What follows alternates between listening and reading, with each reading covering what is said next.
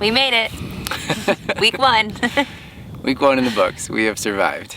Barely survived at parts, but we have definitely survived. We did better than barely survive.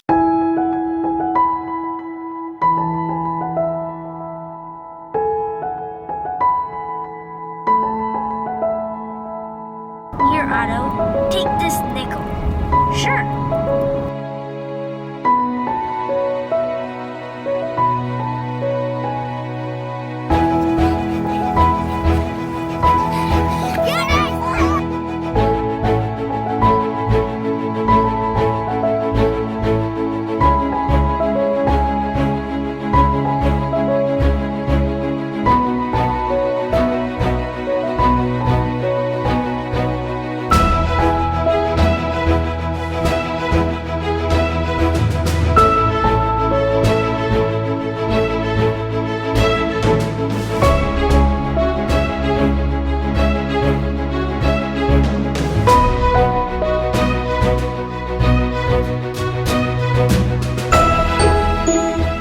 So we're currently at Badlands National Park. We are staying just outside of the park.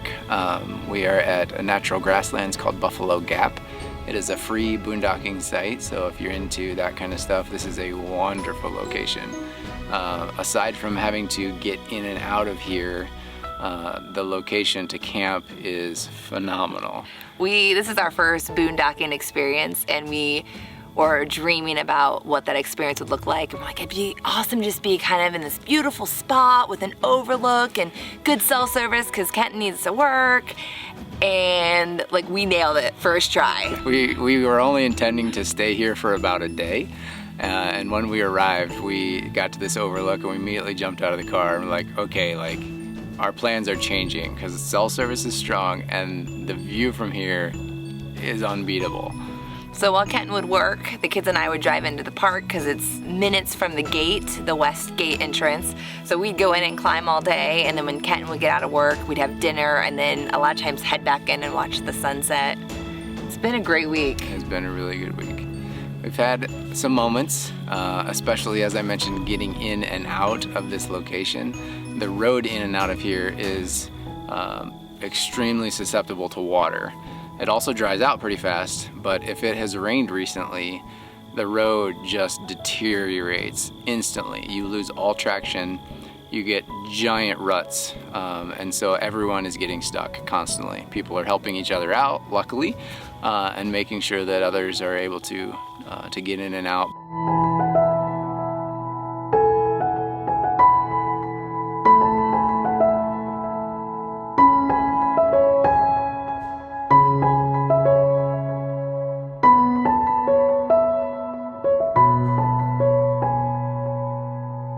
The highlights and the lowlights. Let's start with the lowlights. Okay, we'll start with the lowlights. First night, we thought this was the best sight ever, which it is.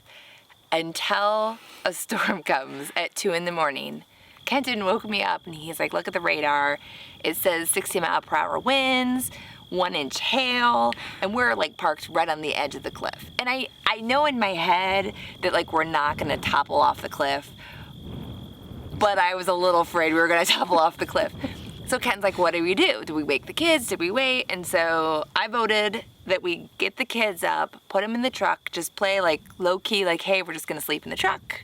That way, if we need to move, we can. And it just felt a little bit safer. So we put everyone in the truck. The kids were great about it. Weston hardly woke up. He just slept on me the whole time. Yeah. Brooklyn and Caden were great champs about it too. And at certain times, it got a little rough in the truck. Downpour rain. The wind and the rain were intense. It was heavy. But we were safe. We were totally fine. It just was one of those moments where when you're parked 2 feet from the edge of a cliff and your camper is a 30-foot wall of windbreak for all of these heavy storm winds, it felt a little intimidating. So we decided to take the safe route. And if the trailer happened to go through some kind of devastating loss, then it's stuff, not people. Fine. The people were fine, and we'd go home and recover. So we did not sleep well the first night. We didn't sleep much at all. We were up for a couple hours, and we all ended up falling asleep in the truck for about an hour, and then we ended up moving back into the camper once the storm had cleared.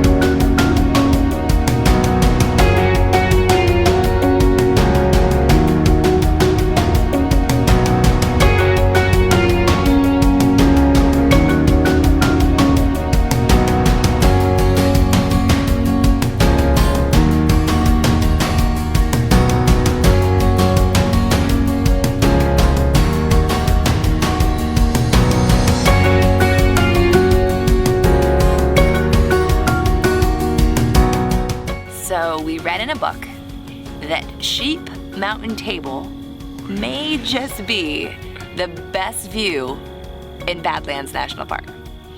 So we had to go. When you get up there, there's a lookout, but it's an average lookout at best. So you're kind of like, we just wasted an hour. I mean, it was okay, but not the best view in the park. Yeah. So then we decided, okay, well, there's more to this trail, but there's signs posted that says go at your own risk, high clearance vehicles only. So we thought, well, what the heck? We're a high clearance vehicle.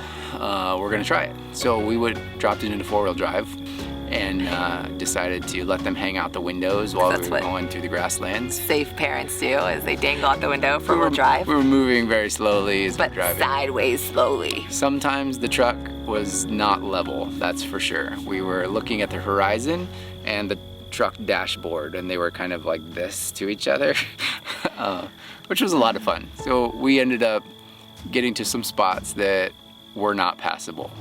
So luckily, as we sat there deciding if we were gonna drive through one of these deep puddles, and we didn't know how deep it was, we could see how far it was across, but it looked pretty intimidating. Getting ready to turn back and just say, it's a nice drive. There were some younger, more adventurous people with their trucks that came through. We found other ways and followed them through a lot of it. It was a lot of fun though, we had a good time. And when we got to the end, it was worth it. It was definitely the best view at Badlands. Like, absolutely. It was breathtaking. We walked out on this ledge and there's little hoodoos everywhere. It was awesome. And it was well worth it. There's two views of the valley that come together in this V, and then you can see the valley beyond. It's more of the grasslands, and just the colors and the depth were unbelievable. So that was a trip that felt like way more than it was worth until you get to literally that last point on the trail. The road dead ends into this little hike down a lane. And when you get down to the end of the lane, the view is amazing. Worth it all. It was worth it. It was a very good day.